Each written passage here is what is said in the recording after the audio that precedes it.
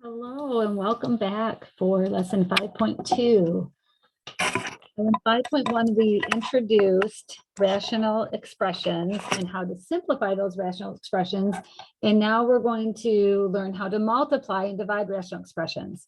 So just like rational expressions can be very similar to just a basic fraction, so can the multiplying and dividing of rational expressions be similar to just multiplying and dividing regular fractions without any symbols, variables in there.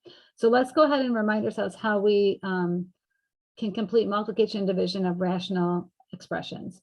So 2/9 multiplied by 3/4, we could do two things. We could multiply straight across 6/36 and then reduce into 1/6.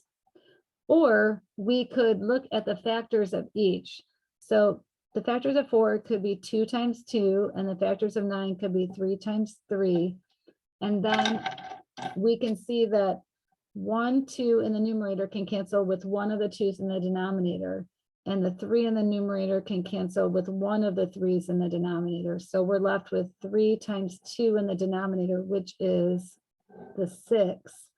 And then we're left with 1 times 1 in the numerator, and that gives us 1. Okay, so when we're multiplying all numerals together, it's easy to do either way. But when we have variables involved, we definitely have to do the factoring strategy. So let's go to dividing fractions. So dividing fractions, the first thing we have to do is we have to remember that we are going to kind of like KFC. We're going to keep it, which means we're going to keep the first fraction just as it is, 3/4. We're going to flip it. So flip it means we're going to flip the second fraction. So that becomes 3/1. So keep it, keep the first, flip it the second, and change it means we're changing from division to multiplication. So 3/4 divided by 1/3 is the same as 3/4 multiplied by 3/1. And then we can go ahead and use our strategy for multiplication. So 3 times 3 is 9, over 4 times 1 is 4, and that simplifies to 9/4. So let's do a little bit bigger one. Let's look at number 5. So we have a multiplication and a division. So I'm going to rewrite the multiplication. And then our keep it is keeping the 14/24. We're going to flip the 1/2 to be 2/1, and we're going to change that division to be a multiplication. So now we have two multiplications, and we could factor those that we can into 2 times 7, and the 24 could be 3 times 8. And so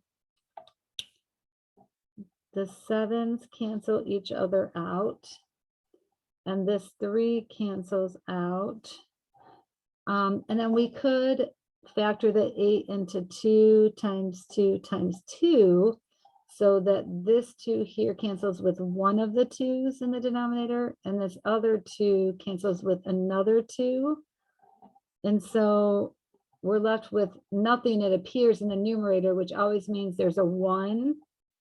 And then in the denominator, it's the only thing we left is 1 times 2, so 2. So all of that multiplies to be 1/2.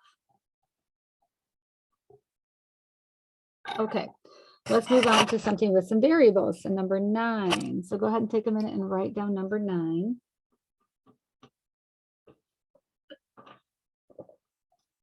So number 9 is a division. So the first thing we're going to do is rewrite this as a multiplication. So the first fraction stays the same. It'll now be a multiplication, and we're going to flip over that second fraction.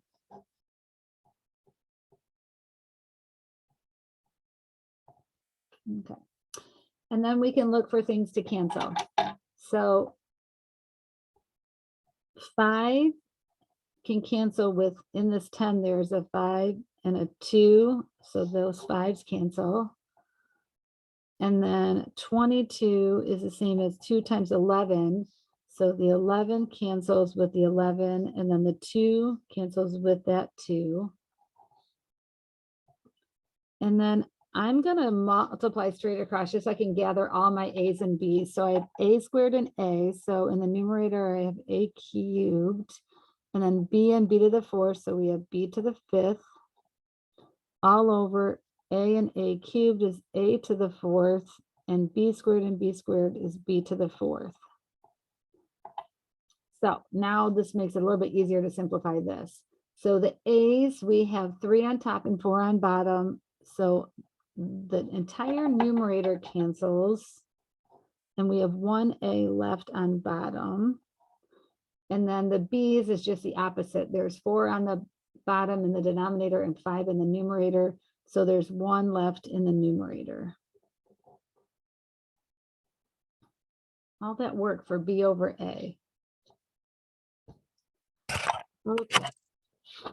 So let's get into some bigger ones. So the next group is going to be 13, 17, and 21. So 13, 17, and 21. So this is an x squared. So 13, 17, and 21. So now we're dealing with binomials, and they, if we have anything greater than x to the 1, we have to see if we can factor that. So this x squared minus 9 is a difference of squares, x minus 3, x plus 3. And this x squared minus 4 is a difference of squares to be x minus 2, x plus 2. And now we're canceling out entire binomials. They cannot be split apart. So if you want to cancel out an x, it has to be a whole x minus 3 or a whole x plus 3. And we do have an x minus 3 in the denominator, so that can cancel with this x minus 3. And then we have an x minus 2 on top and an x minus 2 on bottom. So it looks like we have an x plus 3 left in the numerator and an x plus 2 left in the denominator.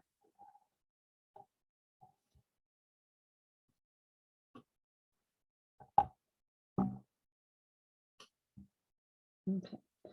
Number 17. Again, we have to do some factoring before we can do any canceling. So I'm going to just kind of factor and put them over here to the right. So we can factor out a 3 from this 3x minus 12. So that becomes 3 times x minus 4. And then the bottom, I kind of call them top left, top right, bottom left, bottom right. So bottom left is a difference of squares, x minus 2, x plus 2. Hopefully you're becoming more confident in your factoring. And then top right, that is a trinomial, so that's going to factor into 2 binomials.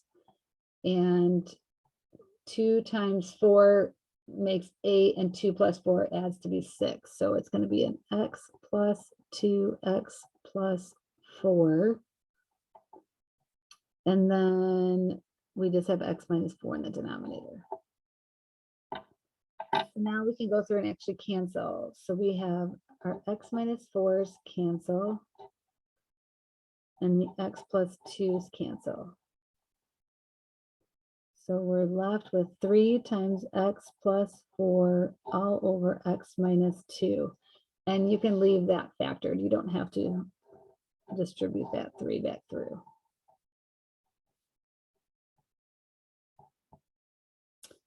And the last one for this grouping is number 21.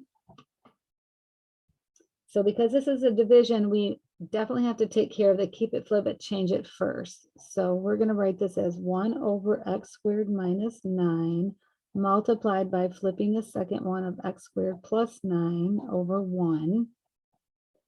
And we could factor that x squared minus 9 in the bottom left, but it doesn't really do anything for us because x squared plus 9 is a sum of 2 squares. And remember, that doesn't factor.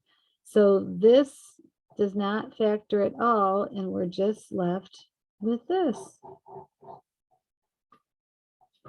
That was unusually, one that was a little bit unusual, simple. The The next two that we're going to work on are 24 and 33. So 24 and 33, go ahead and write those down.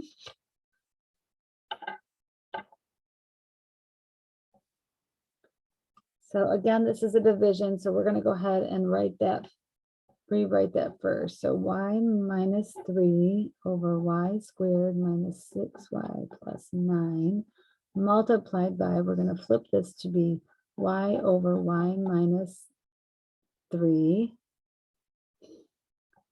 And right off the bat, I can see that these y3s cancel. And the only thing else I could cancel would be the y, but a y does not factor out of the denominator. So it's simply going to be y over y squared minus 6y plus 9.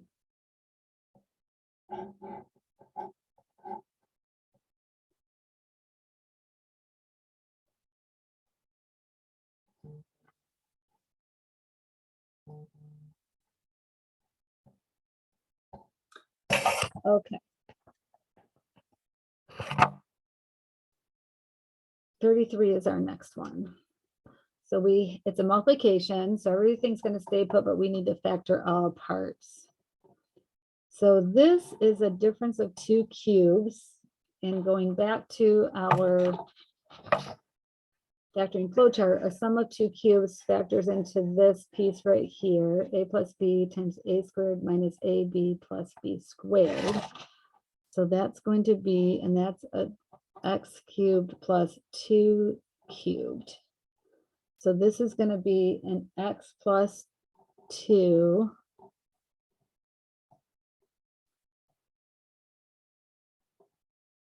times the x squared plus, it's a sum of 2 cubes. So it's an x squared, not plus, because it's a sum of 2 cubes, it's a minus.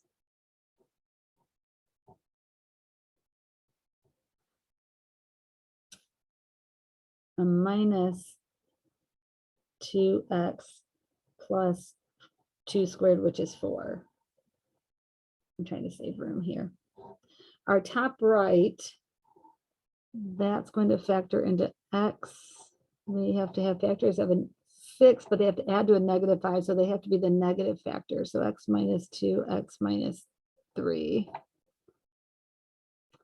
And then the bottom left factors into a difference of squares. And the bottom right, again, they have to multiply to make a positive 4, but a negative 2. And that does not factor at all. So that's x squared minus 2x plus 4. But what is super cool is that thing that doesn't factor on the bottom right actually cancels with part of that sum of 2 cubes up here, that x squared minus 2x plus 4. And then x plus 2's cancel and x minus 2's cancel. And we're just left with the x minus 3. That's our final answer. How cool is that?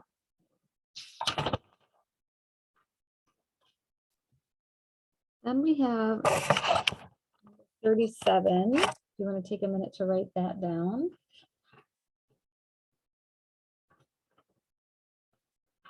So we're getting into some bigger ones, but again, it's just factoring everything that we did in 5.1, similar to that. So because it's a division, it's really going to be 2x squared minus 5x minus 12 over 4x squared plus 8x plus 3 multiplied by the flip of 2x squared plus 7x plus 3 over x squared minus 16. Now we have to factor all 4 of these pieces. So go ahead and take a minute and see if you can get the factoring down. So up here, this one's going to be a big guess and check. 2x The only way to make 2x squared is 2x and x. So, and then we have to have a combination to make a negative 12. So positive and a negative to make a negative 12, and it has to outweigh to make a 5. So I think I'm going to do 3 here and a 4 here. So this 3 and 4 will multiply to make 12. I have to figure out which one's going to be negative. And then need the x here. So this would be 3x and 8x. So the difference would be the 5x. So I need the 2 and the 4 to multiply to be a negative 8x and then a positive 3x in the middle. Okay. The bottom right is a difference of 2 squares. So x minus 4x plus 4. The bottom left, that's going to be a tricky one. Okay. So I'm going to break that up because if I left it as 4 and then 3, those would only add to make 7 for that middle. We need it to add to make 8. So I'm going to do a 2x and a 2x and a 3 and a 1. So that these multiply to make 6x and a 2x will add to make the 8x in the middle. And those are both going to be positive.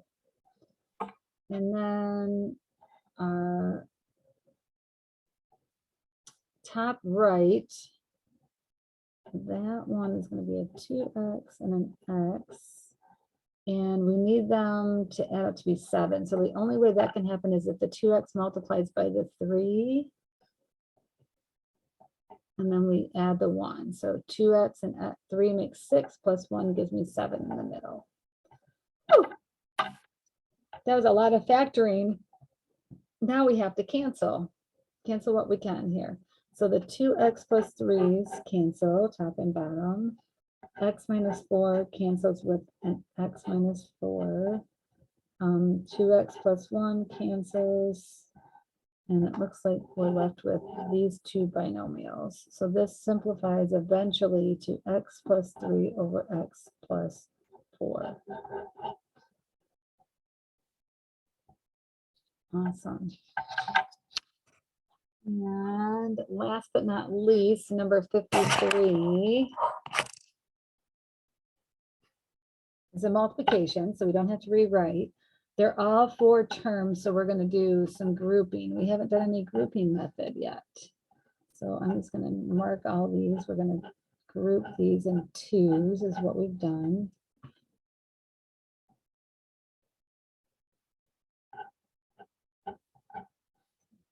So the top left, I can take out an x, and I'll have y minus 2 left.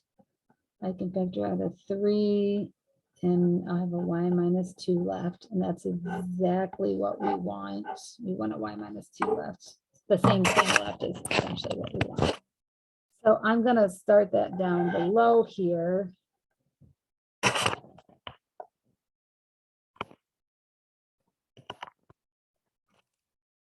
So I'm going to have a y minus 2, and then we'll have an x plus 3. Okay. So we're going to have to kind of do these in pieces here.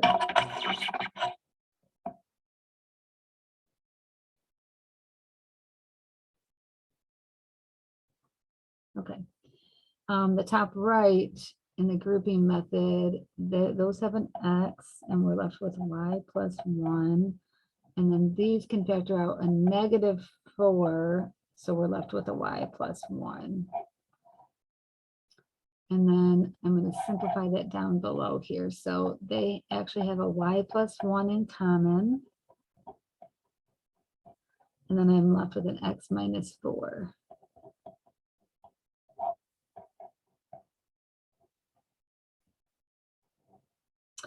And then the bottom left, they have an x factored out and a y plus 2, and then a minus 4, and then you're left with a y plus 2 as well. Finally, simplifies to y plus 2, and then an x minus 4. And then the bottom right that grouping method and x factors out and we're left with a y minus 1. And then a plus 3 factors out and we're left with a y minus 1. So the y minus 1 is in common and we have an x plus 3. Okay, now we can cancel. So x plus 3's cancel. No y plus 2's and the x minus 4's cancel. And it looks like everything else stays. So this finalizes into y minus 2 times y plus 1 all over y plus 2 times y minus 1. And that is all.